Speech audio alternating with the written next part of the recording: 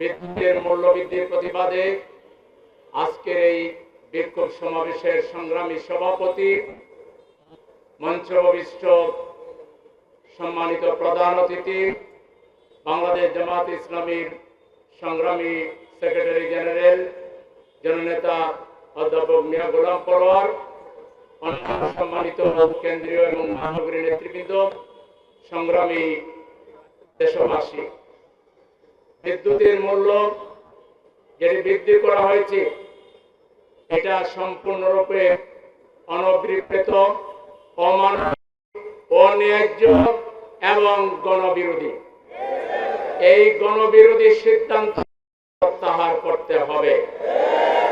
সরকার মাত্র 3 মাস প্রত্যেকটা সেক্টরে বাংলাদেশকে অর্থনৈতিক দিক থেকে, রাজনৈতিক দিক থেকে সরকারের কোন সক্ষমতা আছে একটা দিকও তারা দেখাতে পারবে না।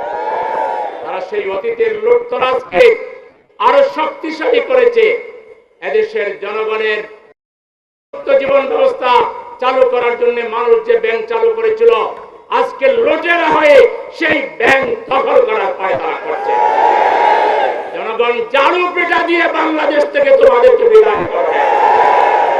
সময় থাকতে যদি শুভবুদ্ধির পরিচয় না দাও, ঝাড়ুর পিঠা একটাও মাটিতে পড়বে না, প্রত্যেকটাই গায়ে লাগবে।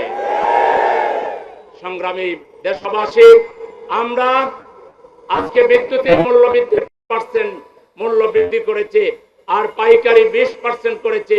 এই অন্যায্য মূল্য বৃদ্ধি অবিলম্বে প্রত্যাহার করতে হবে, নতুবা এদেশের জনগণ তাদের নিজের অধিকার প্রতিষ্ঠা করার জন্য অতীতে ফ্যাসিবাদের বিরুদ্ধে জনগণ দলমত, জাতি, ধর্ম, বর্ণ নির্বিশেষে ঐক্যবদ্ধ হয়ে হাসিনাকে যেভাবে বাংলাদেশ থেকে বিতাড়িত করেছে, এরাও এই বাংলাদেশের জনগণ থেকে ইতিমধ্যেই জনগণের মন থেকে তারা চলে গিয়েছে।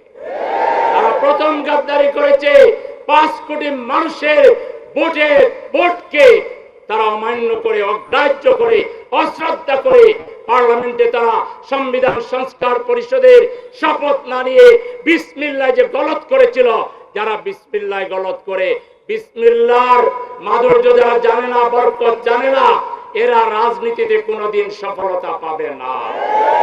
এই সরকার ধ্বংসের দিকে যাচ্ছে।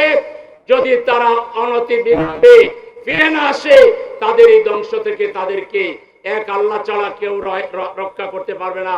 আর আল্লাহ কোন জালিমের পক্ষে কখনো থাকে না। সুতরাং জালিম, জুলুম এবং অন্যায়ের বিরুদ্ধে ঐক্যবদ্ধভাবে সবাইকে লড়াইয়ের প্রস্তুতি নেওয়ার উদাত্ত আহ্বান জানিয়ে